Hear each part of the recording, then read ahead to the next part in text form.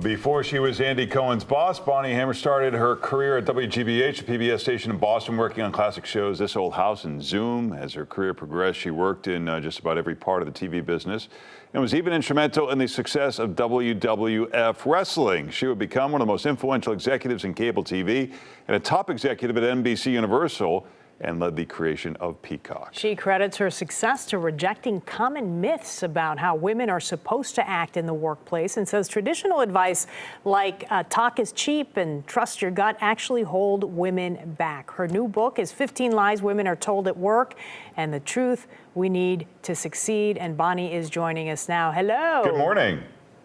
Hi, good morning. How are you? So before we get to some of these quotes and these things that we're told, why do you think we're being told these things and being fed these, lies, as you might call them? Lourdes, I think they were all said to us with all the right intentions. They're just advice that when you think about in today's day and age, they just don't make sense. They're kind of myths that don't support any of us anymore. I'd like to challenge you on the first one. Don't follow your dreams, follow your opportunities. And I bring this up because I think when it comes to especially TV and the arts, some people are afraid of following their dreams and they take the safe job and then they end up regretting it. Isn't 22, 23, 24 the time to follow your dreams? Yes and no. I think when you think about where we all got our dreams from, they were from our parents in terms of what they thought we should be doing, or perhaps what they didn't do and they want us to do. Perhaps our buddies in high school, a course we took in college. But these were dreams that we had very early in life. And they don't really tell us what we are interested in later on in life. And I think oftentimes when we follow our dreams, we sleepwalk through other opportunities that would be greater for us and more fun. Sure. It doesn't mean you have to give up a passion or a love or a dream. It just doesn't have to be your boss. Okay, so here's another one that I hear all the time. Don't just know your worth. Work on your worth. And a lot of people would say, yeah, you've got to show your employer that you are valuable, that you should be a part of the company. Explain why this may not work. Well, again, our personal worth and our professional worth are two very different things.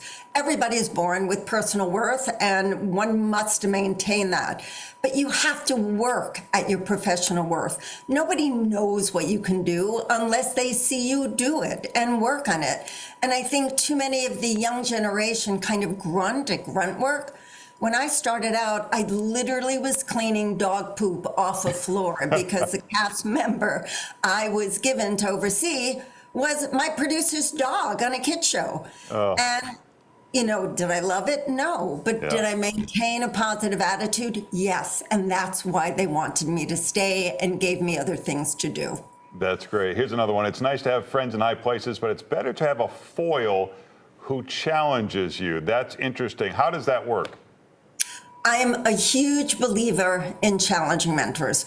We all love to have cheerleaders and supportive mentors by our side, people who cheer us on, rah, rah, rah, and are wonderful kind of friends, but who've been there before. But the challenging mentors are really those who basically put the truth into truth-telling and really are the ones, they're sparring partners. They're the ones who push us and show us what we're actually capable of.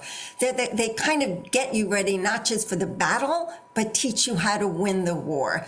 And sometimes what they say really isn't super comfortable, but they really do put the truth in truth-telling and help us get where we want to go. My truth teller was Barry Diller, and trust me, he was a tough one. But if I've survived Barry, I learned how to survive anyone in the professional world. It sounds like you had a lot of challenges. Is there one in particular that you want to highlight that you really think is helpful for women in the business world nowadays? There are tons of challenges. One is you have to have confidence, but it has to come with humility. And there is a difference between, showing you want to learn and do something as opposed to faking it and pretending you can do something. And they're two very, very different things. I think often women more so than men believe they can be imposters. They kind of believe they're in a place that they really didn't deserve to get to. But everybody feels that way at some point.